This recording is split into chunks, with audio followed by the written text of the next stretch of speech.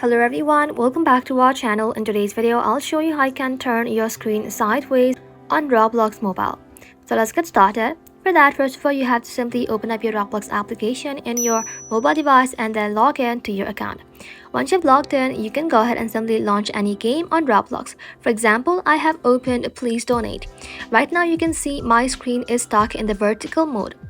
If you like to turn your screen sideways, you need to go ahead and simply open up your control center by swiping down from the top right hand side corner.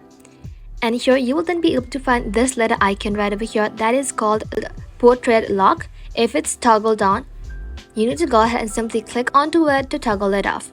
Once you have toggled that off, go ahead and simply turn your phone sideways and Roblox will automatically switch into horizontal mode for better gameplay. That's it.